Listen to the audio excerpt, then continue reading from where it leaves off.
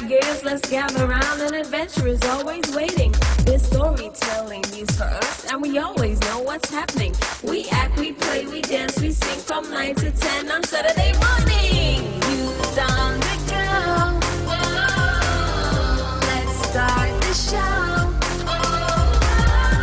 Youth on the go. Let's start the show. Let's go, let's go, let's go. So let's go. Good morning, good morning, good morning to all of our radio listeners, our viewers via Von Radio's Facebook page and YouTube channels, and welcome to another edition of Youth on the Go here on Von Radio. Every Saturday morning we are here with you, and we bring you exciting activities, events, opportunities, and anything that we think can benefit our students, our young people. I am Zanella Claxton from the Department of Education alongside my co-host DeAndre Daniel. And DeAndre, welcome back. Everybody missed you last week. Thank you. All right. We also have some guests in the studio this morning, and of course they'll tell us a bit about why they're here, but not just quite yet. We'll allow them to introduce themselves, starting with the guest on my immediate right. Good morning, listeners and viewers via the Facebook page. My name is Verna Grant. Most of you would know me as a teacher, or some of you may know me as a former Miss Culture. All right. A pleasant good morning to everybody listening and watching. My name is Leandro Dyer. I am a Youth Development Officer in the Department of Youth, and it's a pleasure to be here. All right. And then our third guest. Good morning, listeners. I am also a Youth Development Officer at the Department of Youth. My name is Kishana Stapleton, and I am here for Youth Impact 12. Okay, awesome. So we have some guests in the studios, and we always make sure that we let you know what why the guests are here. But just some quick recaps. We, as per usual, I think we had a very active week in the Department of Education, and we won't be able to, right at the top of the show, give the results from the football, but I want to encourage everyone to continue to support our students. We had lots of fundraisers this week, it seems. A lot of the schools had fundraisers. We had lunches, we had breakfasts. We had some parent empowerment sessions. We want to make sure that we never leave the parents out.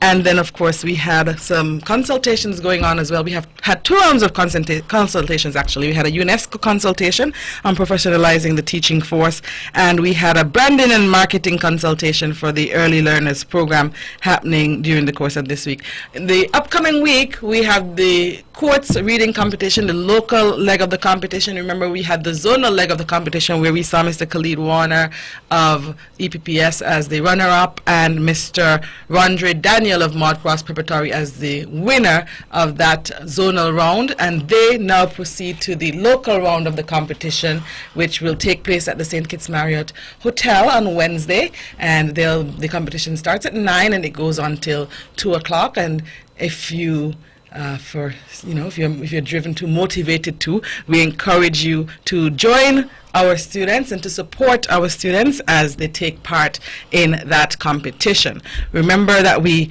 know the importance of having community involvement. We know the importance of children seeing not just their parents, not just their school community, but the entire community out there supporting them. And so we want to encourage you to help to support our students as they take part in this competition next week. The winner of that competition then moves on to the regional round of the courts reading competition. So there's so many opportunities for our students, and for those who did not compete this year, if you're in grade 2, if you're in grade 3, you can start working towards it. It's a goal that you can set and know that you can accomplish it. And so some of the grade 3 students will also be allowed to go so that they can see what it is like and prepare themselves emotionally, prepare themselves mentally, and start setting their goals. So they have about 1 year to prepare for the competition, which I think is a good thing for them. On Saturday, Sunday, sorry, this is Saturday. On Sunday, we have the memorial service, the interdenominational memorial service for persons who were in the World War I and World War II, and our students as well as our uniformed bodies and the general public is invited to attend. The service starts at 8 a.m. tomorrow, and so I encourage all of you to be prepared, get set. School buses start running at 6:30 to ensure that students get there on time. On Tuesday, we're almost at the finals. One more week, semifinals, sorry. One more week, and then we're at the semifinals. So we have St. Thomas's Primary coming up against Ivor Walters Primary. And that's happening on Tuesday at 3. Elizabeth Pemberton Primary and Maud Cross Prep, and then following those two games we'll see CPS versus JLPS. All of this is happening on Tuesday afternoon, ETW Park. You don't have an excuse because you're looking at about a 4 o'clock match between JLPS and CPS. Everybody's just about done working. Beg your boss, I'm sorry to say it like this, but take a no lunch day. It's only one time. It's not a habit. And encourage your family members to go out and support the students. The other matches are starting at 3 o'clock. Same thing applies. We can have the whole of ETW Park filled with supporters for our students. And then on Friday, we see the St. Thomas's Primary coming up against the Nevis Academy at 1:30, VOJN and Maud Cross Prep 1:30, and then at 2:30 we have CPS and EPPS and Ivor Walters Primary and JLPS. Those are both at 2:30. So my recommendation on those days is take a 1:30 lunch.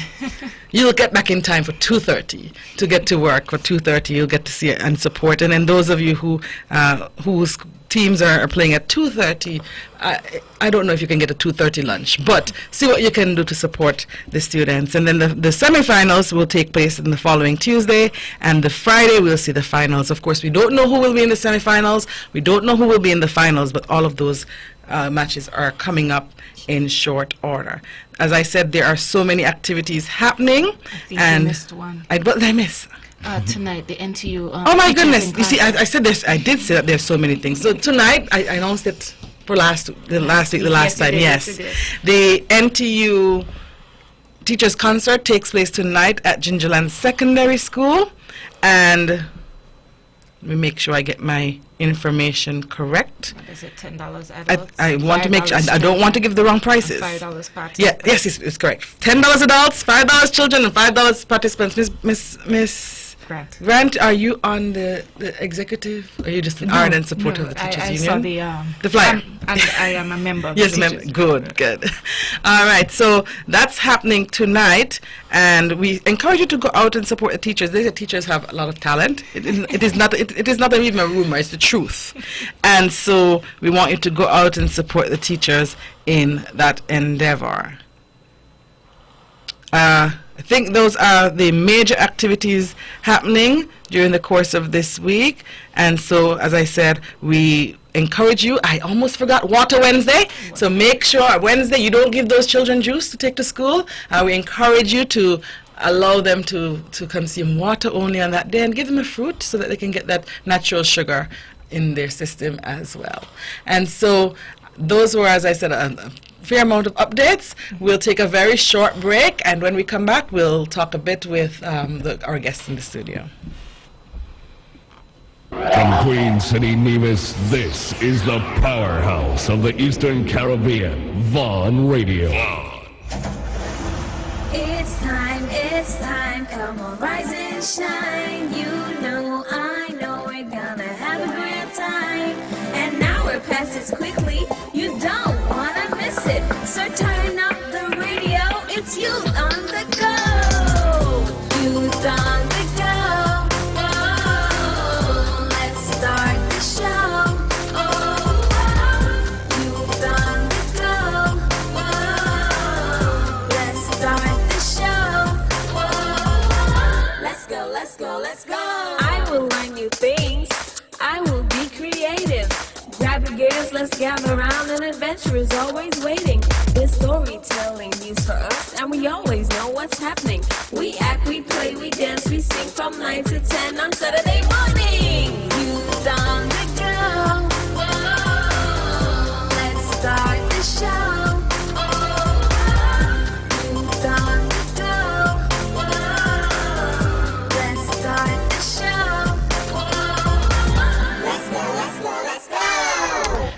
Let's go, let's go, let's go, let's go. Good morning, good morning, good morning to all of our radio listeners, our viewers via Vaughan Radio's Facebook and YouTube channels, and welcome to another edition of Youth on the Go here on Vaughan Radio. I am Zanella Claxton from the Department of Education, alongside my co-host and DeAndre. As we said before, we have some guests in the studio.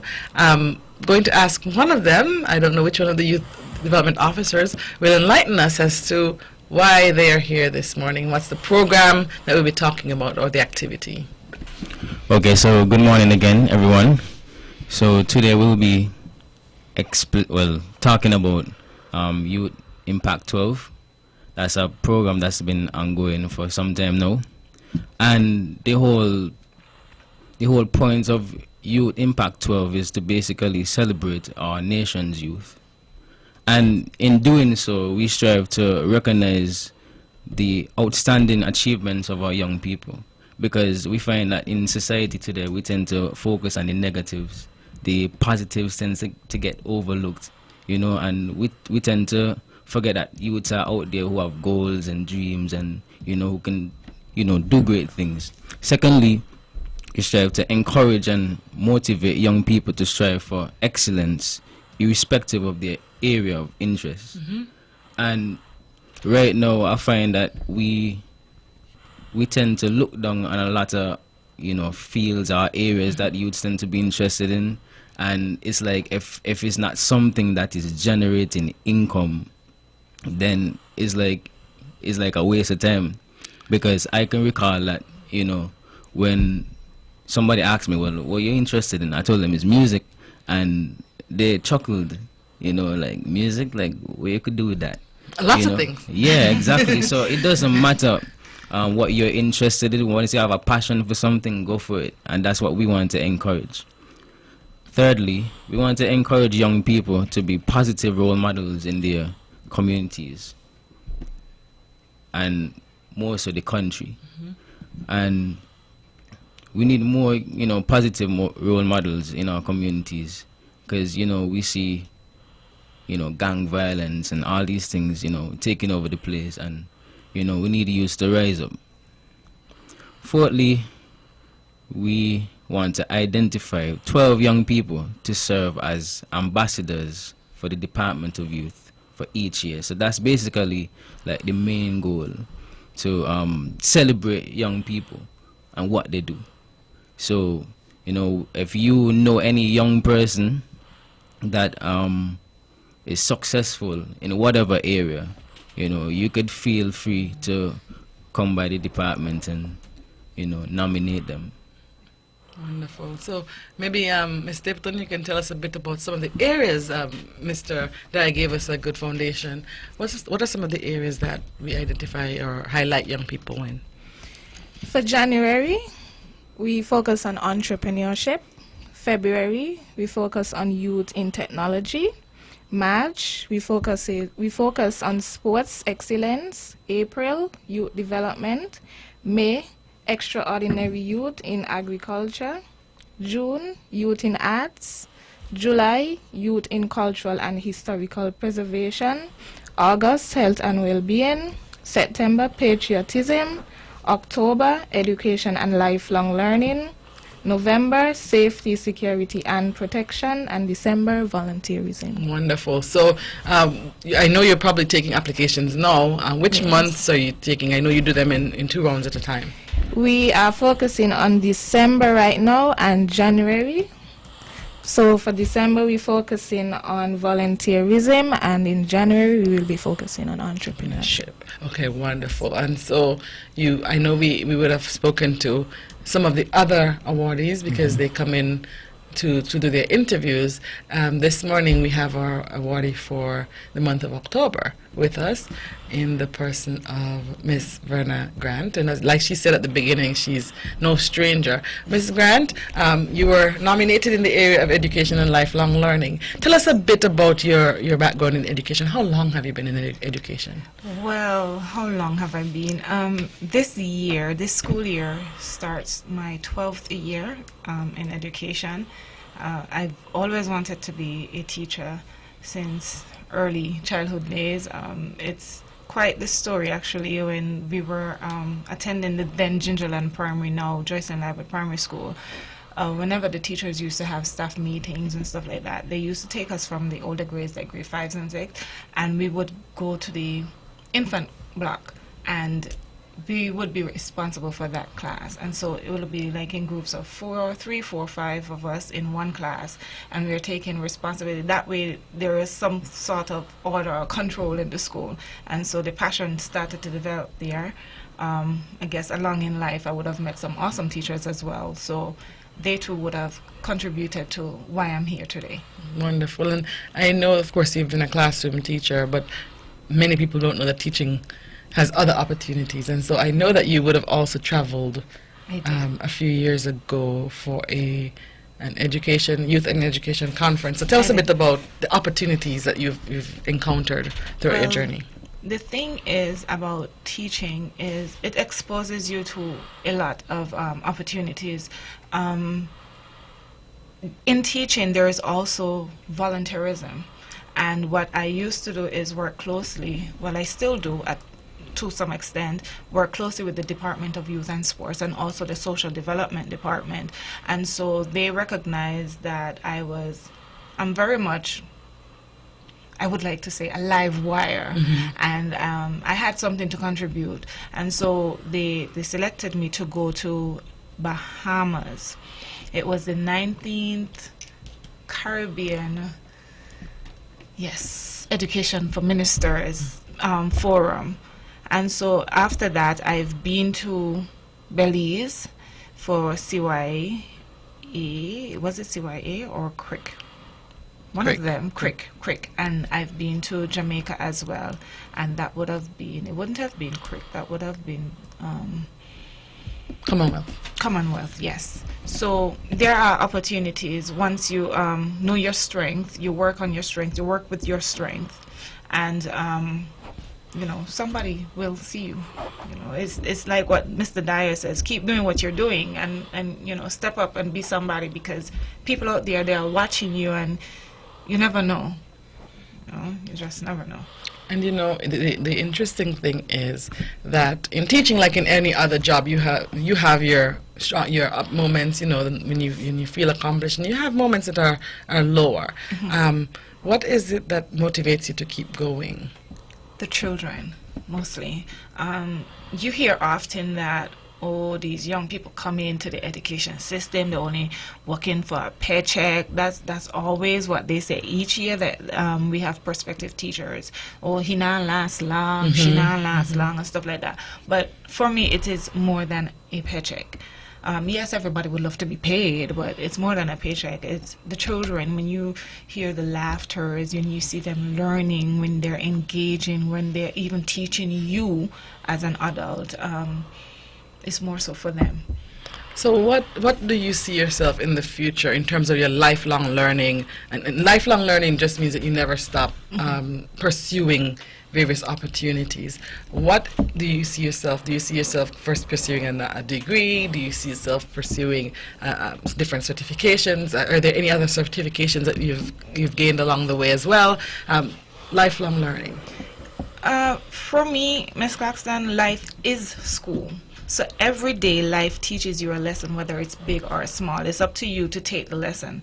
If you don't take that lesson, it will keep teaching you until you learn your lesson.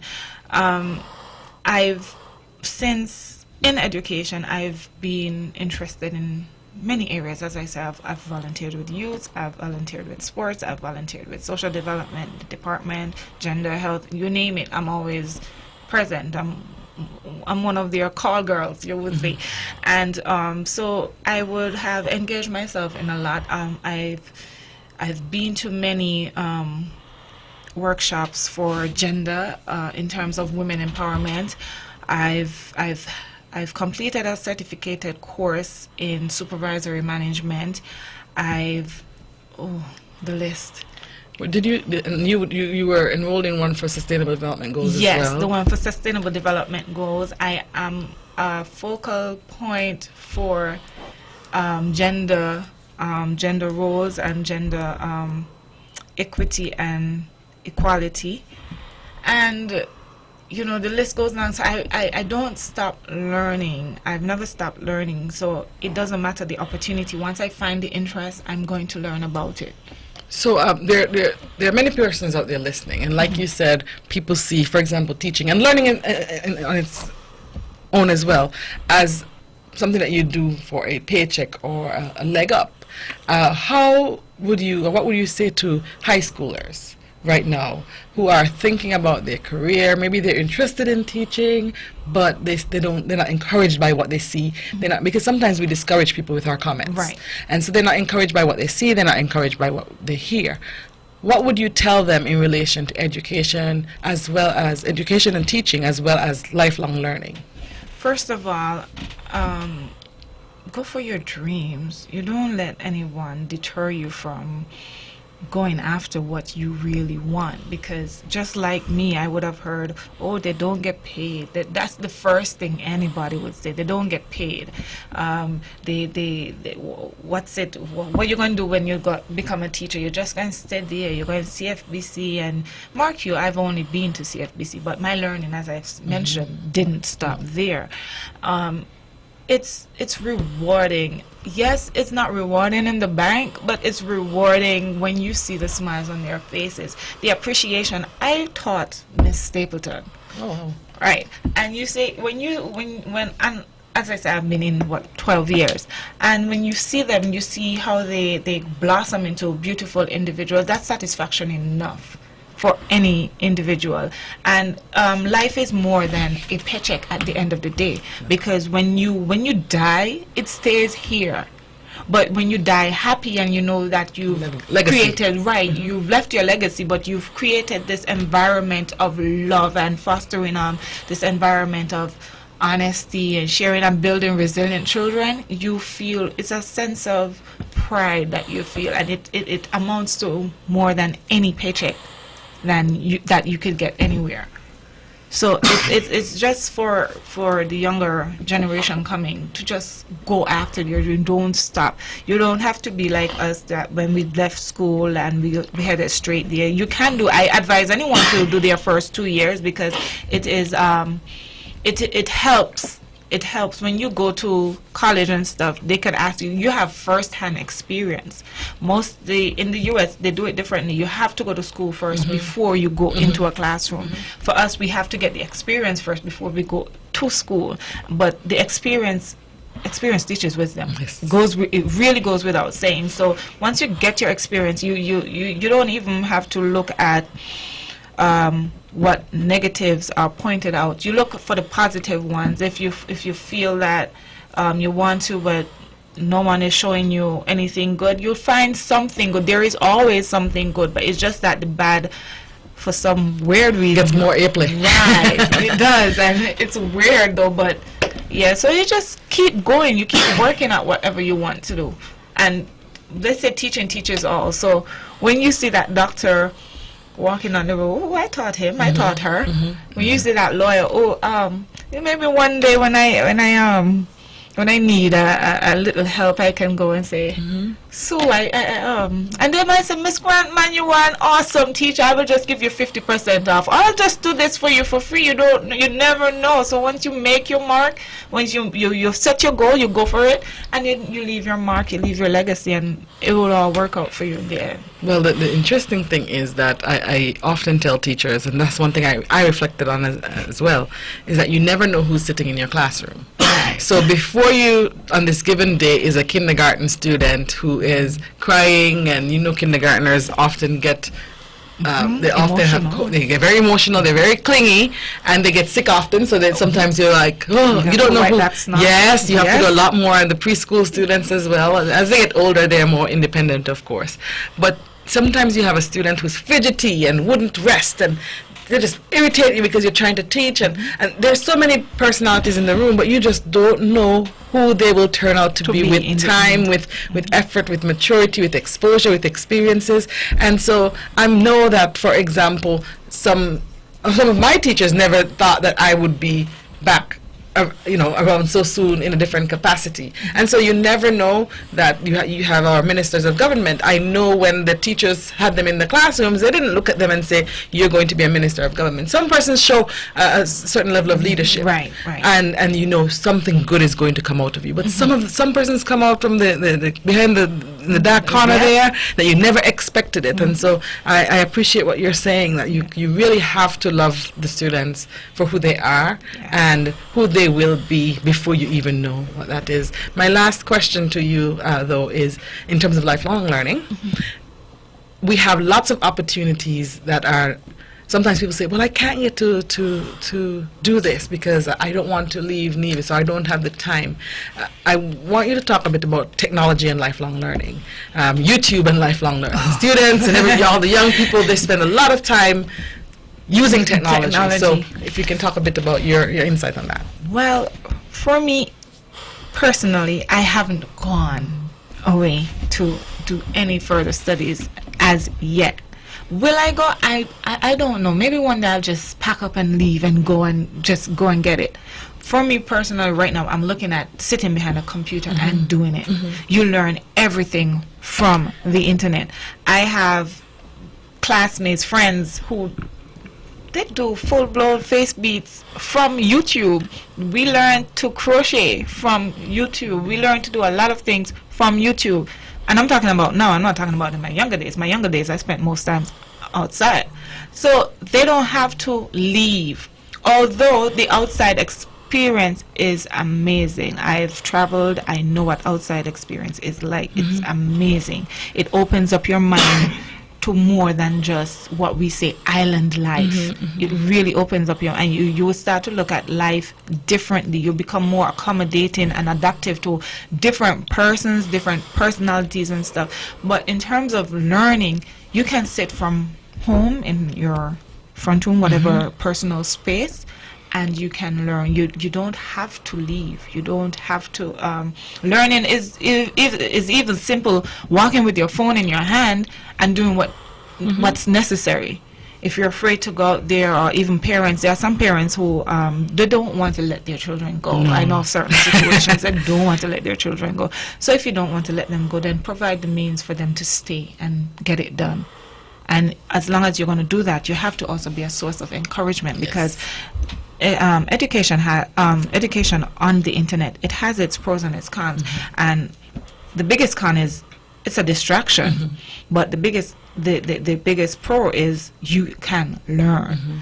So I mean, when my daughter, she's outside right now on her tablet, and the thing is, she used to watch these YouTube channels. She watched these YouTube channels all the time, and at one point I wanted to stop her from watching certain things. You want to foster certain environments, but then I stand in the background and I would listen to what they're saying and stuff. And then the way how her vocabulary has developed, and the things that she would do and the things that she would say, I'd be like, I'm amazed. So I allow her. I just monitor what it is, but I allow her. So being a parent, you have to be careful when you are hindering your child. If you're going to hinder them from leaving the island to go and learn, then you actually have to create that environment here and be that support system. So learning you don't have to be in a classroom. You don't have to leave. You could be in your own personal space and still learn.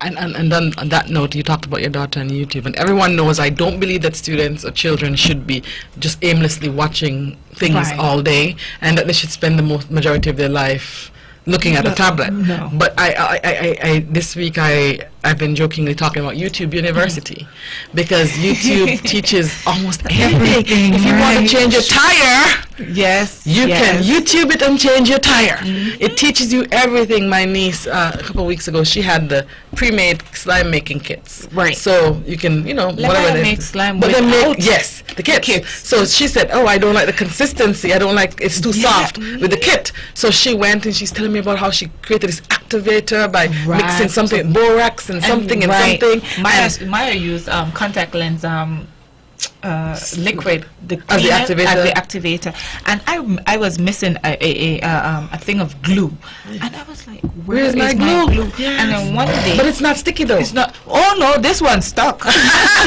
because she used it on the carpet. Oh, And no! so that created quite a mess. And then what she did was the skirt of the bed sheet. She kind of pulled it out so that like mommy don't see. But what happened was I kicked the bed sheet by accident. And And it got I saw stuck. this white thing. I was like, what's this? And then I looked on the floor. I was like, Maya, and slime again. Yes. Yes. But they use it and they're learning They're terms learning, like mhm. activate. I was like, what? Yep. What And then she activator? would tell me that this texture is slimy, slippery, and then this one is a little bit more firm, Yes. and this one is glittery, and then Yes, so they they add glitter. learn. Yes. They learn a lot of things. Maya stays in my art kit 24/7. I swear.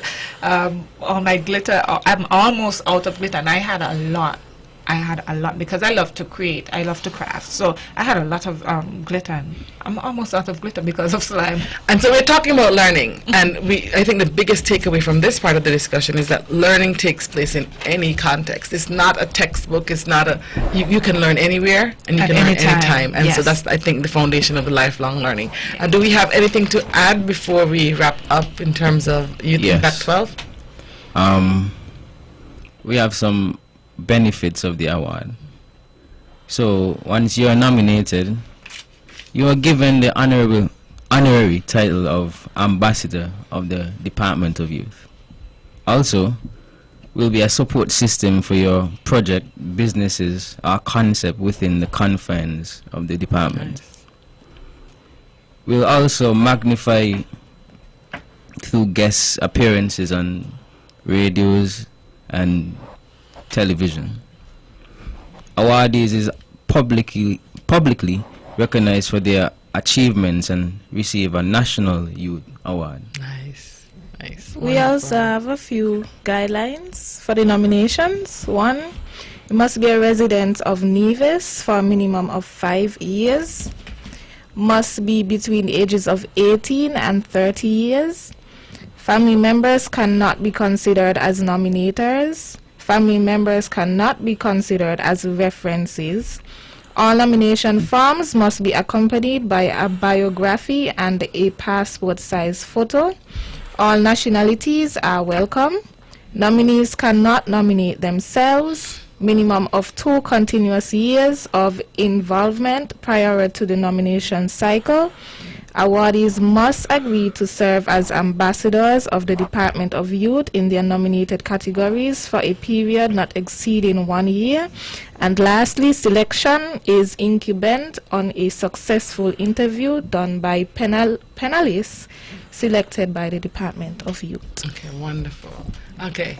So, as I said before, if you know somebody, some young person who's deserving of an award like this, feel free to drop by and nominate them.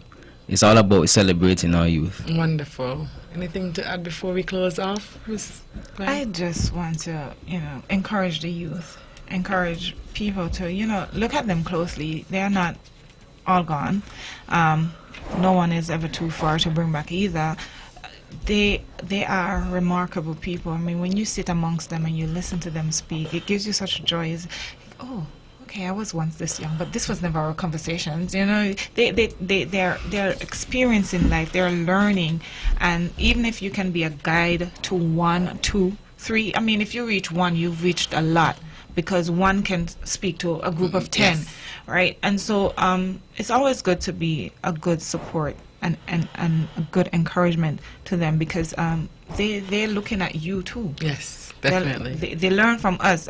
They mirror what we do, and sometimes they do better than us. But that doesn't mean we have to call them down or put them down or anything like that, or stop them from shining. We allow them to be. And so, with that said, I think that our youth, we can make a massive impact on the island of Nevis, or in the Federation on a whole, island-wide. I mean, we tell our stories when we go out there, and we get degrees and stuff, and we come back. You see remarkable stuff coming back from the Federation's children. So it's just for us to keep encouraging, keep working with them, and allow them to to be, to grow, so that they can be their own individual selves and be remarkable people. Wonderful. Thank you all so much for coming. And of course, we can't wait to see the next awardee and to see what that person has to offer. And so we have this month, youth involvement, and then volunteerism in December and entrepreneurship in January. And so we can't wait to hear who the winner is of the youth involvement category. Thank you so much. We're going to take a short break and we'll be right back. When VON vibrates, the whole Caribbean must shake. 860 AM, the powerhouse.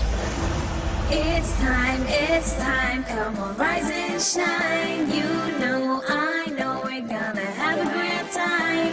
And now we're past it quickly, you don't wanna miss it. So turn up the radio, it's Youth on the Go. Youth on the Go. Oh, let's start the show. Oh, Youth on the Go. Oh, let's start the show.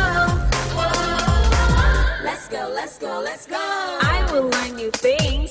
I will be creative. Grab your gears, let's gather around. An adventure is always waiting. This storytelling news for us, and we always know what's happening. We act, we play, we dance, we sing from 9 to 10 on Saturday morning. Youth on the go. Whoa, let's start the show. Youth on the go. Whoa, let's start the show. Let's go. Let's go. Good morning to all of our radio listeners, our viewers via Von Radio's Facebook Live and YouTube channels, and welcome to another edition of Youth on the Go here on Von Radio. And we've had a very exciting morning so far. We've had a few guests in. I am Zanella Claxton from the Department of Education, alongside my co-host DeAndre Daniel. And DeAndre. We have some other guests. So our first guests have left, and we have another round of guests with us this morning. And can you kindly introduce yourselves? I'm Isabel Byron of the Biodiversity, Conservation and Biodiversity Committee of the Nevis Historical and Conservation Society. Good morning, my name is Akela Bendita and I am the Junior Archivist at the Nevis Historical and Conservation Society. Wonderful. So we, of course, I don't know that you're guests anymore. I think you're friends who have come back for another visit to share some more information with us. And so can you tell us exactly why you're here this morning? Yes, good morning everyone, and thanks to Vaughn for having us here to promote our activities. And what we are here to promote today is Arbor Month. And Arbor Month is, another word for it is Tree Month. And it is an activity of the Nevis Historical and Conservation Society that was introduced since, I think, the 1990s by previous directors, David and Joan Robinson, particularly Mrs. Robinson. And it's a month dedicated to promoting and highlighting the value of trees, to educating and celebrating about trees, the wonderful value of trees in our environment. And we celebrate it as a month in November. It actually began many, many years ago, about 150 years ago in America, and was started by somebody called J. Sterling Morton. Morton is a Nevisian name, but this was an American who was a journalist and apparently lived in Michigan, which is a very forested state, but he moved to Nebraska, which is not forested, it's plain, central United States, the west, can't quite remember. But anyway, it's in the central of the United States where it is much more prairie land. And he missed the trees of Michigan, and he embarked on a tree planting campaign all over the state. And as a journalist, he was able to promote and sell his idea. And eventually, they named the day as Arbor Day. And that was in April, which is a good time for planting trees in America when it's spring. And eventually it became the 22nd of April, which was his birthday. All of this began way back in the 1870s. And this was just the state of Nebraska. It became a legal holiday there. But because America is federal, each state eventually adopted the idea, but they don't necessarily have it on the same date. They have dates that are convenient to them, usually between April and May, I think. And then it spread worldwide. And in Nevis, I don't know all the details of it, but I do know that Mrs. Robinson Joan and members of the Historical Society otherwise thought that we had to choose a time that was beneficial that was appropriate for us. And April is often the middle of our dry season, so we chose November, which is usually a rainy month, but normally the worst of the hurricane season has passed. And therefore, it's a good time for planting trees, November into December, although we would encourage people to plant trees anytime, if possible. And we chose a month rather than a day, because obviously you can do much more during a month. You can promote, you can visit schools, etc. And I'd just like to say, and then Ella will talk a bit about what we're doing this month, but this month we don't have a theme per se, but our particular focus is on climate change and global warming and the tremendous value that trees have, and trees have been rediscovered to have in combating the impact of global warming.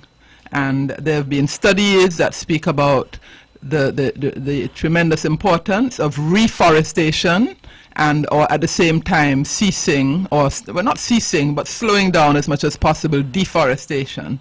And so we want to promote that idea in schools and in the community, how important it is to replant many of the trees that we have, uprooted, knocked down, or whatever, cut down for all kinds of reasons, development, building, agriculture, and so on. And we're going to promote that idea. Okay, awesome. Ella, do you have anything to add? Well, what we're doing around next week, that we're going to visit different schools on the islands, whether it's public or private. We will go, we talk to either a specific class or even the entire school, if it's possible, how to plant trees, specifically the calabash tree we've decided to plant. And also we tell them about the importance, the benefits, how they can use it, and after they learn how to plant this particular tree, they can either keep it at the school or they can donate it to someone. Nice. And so, I know that the schools are pretty prepared, and what we're doing now, this might be a good time to share as you go out to visit the students. In addition to sharing general students, as part of the Student Council, we have a reward and incentive program. And the reward and incentive program focuses on 6 pillars, such as, and I might not remember all 6 offhand, but leadership, community service and volunteerism, we have health and well-being, we have what else? Fundraising, of course, because there's no student council without at least a bit of fundraising, and we have environment as one of those pillars. And so what I also said to the principals, even this activity can be won, because for each activity that you do under each pillar, you get points. The student council gets points, and at the end of the year, we come together to share what we're doing under the various, what we've done under the various pillars. So even the student councils can greatly benefit from participating and learning about the trees and learning about Arbor Day, and of course, learning about the calabash as well. And so most of those children, though, don't know about the calabash. And I don't even know that many of our listeners, our young listeners, I don't even know that they know what the calabash is. Leandro, do you know what the calabash is? See? So you need me to say a little bit about So please say a little bit about the calabash, because Melissa and Miss Byron and Ella, I think we're the aged ones in the room. I don't know if Ella knew about the calabash before, or she's learning about. Okay, she learned about it through this, but most of them don't even know about the calabash and what it looks like and what it can do. Yes, well, the thanks for this initiative really should go to one of our members, Miss Jenny Lowry, who is an agriculturalist and landscaper here on Nevis. She originates from England, but is Nevisian now. She's lived here for so long, well over 30 years, and coming up to 40 years, I think it is. And Jenny is passionate about tree planting, and in the past we have done activities for Arbor Month, whether donating trees to schools for planting, or sometimes we have given, I don't know specifically for Arbor Month or not, but we've given talks on how to properly prune a tree. You don't have to cut a tree down, you can prune it properly. And we did a workshop on that, and we've done quizzes in our newsletter, Eco News. We encourage schools also, particularly this month, we would hope teachers would take the initiative apart from our visit, which will just be a brief hour and a half visit, but we would like the school to focus on trees that month in any subject, whether science, English, even math, and do little field trips, look at trees in your schoolyard, in the community, look at what's the oldest tree you can think of, and so on. So there are lots of activities that schools can do on their own. Reading, children can write poems or stories about trees as an English activity. Yes. Yeah. But anyway, Jenny had the idea, as she has done in the past. Last year we gave away some trees to the general public. We put it on the radio. We gave away flowering trees last year. There was a cassia tree, which is a very beautiful tree, the golden cassia. And we also gave away mahogany trees. That's an indigenous tree. Because many of our trees in Nevis, because of our history of colonization, etc., many of our trees are no longer indigenous. Many things we think are Nevisian, they're not indigenous at all, right? They're not Nevisian, but indigenous means belonging to Nevis or to the region. And Jenny told me, I didn't even know this, that the calabash tree is one of those trees. And traditionally, has its great value is the calabash, which is like its fruit, which you cannot eat, but it's a huge gourd-like fruit. The inside is full of a sort of soft, wet, not very nice looking pulp. But the value of it is that if you scrape that pulp out, you get a wonderful, and cut it in half, you get a wonderful bowl. And a lot of the Rastas know about calabashes because you can use them as bowls, soup bowls, you can do cups. And in the old days when people didn't have money to buy these things, and I think the tree there may be different varieties around the world, so the tree was familiar, I think, to many of the enslaved Africans who came because they may have encountered a similar tree in their countries, and so they would use the calabash for storing water, for eating. It also could be used to store anything. And it also can be a beautiful work of art. I have seen beautiful carvings on calabashes. I've seen a little purse made of a little calabash, a little round purse with the top, and lots of lovely things. I think they would make masks out of the calabash. You cut it in a disc-like shape and so on. And it's easy to cut when it's before it's dry, yes. So it's a wonderful tree. It doesn't have, as I say, it's not a fruit tree, but it can provide shade. And above all, it's a tree, which trees have so many benefits. And so Jenny thought of that. She loves propagating trees. So we're going to, the idea is not, if trees wish to plant one on their grounds, they're welcome, the schools. But the idea is to repot. These are just seedlings at present. We're going to give each school 10 seedlings. And as Ella said, we're going to participate with the children. It will just be a few, but it could be a class, it could be the whole school. Some schools are very small. In repotting these in larger pots, we're going to recycle plastic bottles as pots, and we're going to plant them. And the idea is the school, if they can, because some schools are invaded by livestock, right? Yes. But if not, if they can take care of them for a few months, and then we're thinking around Christmas time, for a few weeks, sorry. Around Christmas time, we could give them away, as Ella said, to places like the Heritage Village, maybe the Artisanal Village, hotels. And some schools have said, we want to keep one. Because somebody reminded me that years ago, Gingerland High School definitely had a number of calabash trees on their ground, which was sadly cut down. Maybe they had a lot of indigenous trees on their ground. And sadly we've cut down some, maybe to make room, who knows, for another building or something. But we thought they may wish to have one. We thought maybe the Rasta Association also might want some, so we hope these trees will all live. We don't know. But we are going to, they will be donated afterwards. Wonderful. And of course, DeAndre, I don't know if you've seen the Rastafarians eating out of a green, natural-looking bowl. Like a goat. It's brown, brownish. Yes. Yeah. That's came from the calabash. It's actually the calabash. So big. They can get to that. So size. that's the seed, like a. It's not a seed. It's a fruit. It's the actual fruit that comes out. Yes, yes. So, and it's interesting because when we spoke about, when we presented we spoke about Arbor Month with the principals as well, and in the discussion, it came out that a lot of the students don't even know what the calabash is, and sometimes we take things for granted. Because we know, we take it for granted that they don't, and I think that's a very strong teachable moment, and we are going to use the opportunity to share a bit of history and a bit of culture with the students as well. And I don't know if there's anybody who's listening who will want one to at least even go to They can the call, backyards. yes, they can phone us or drop in. Yes, so you can call on the NHCS.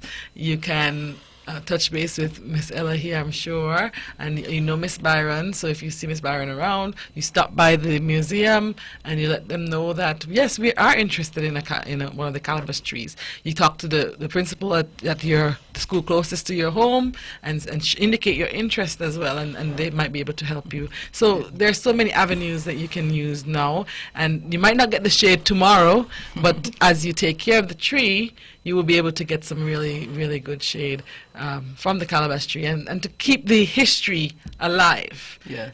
the culture alive, that it wouldn't be a distant memory.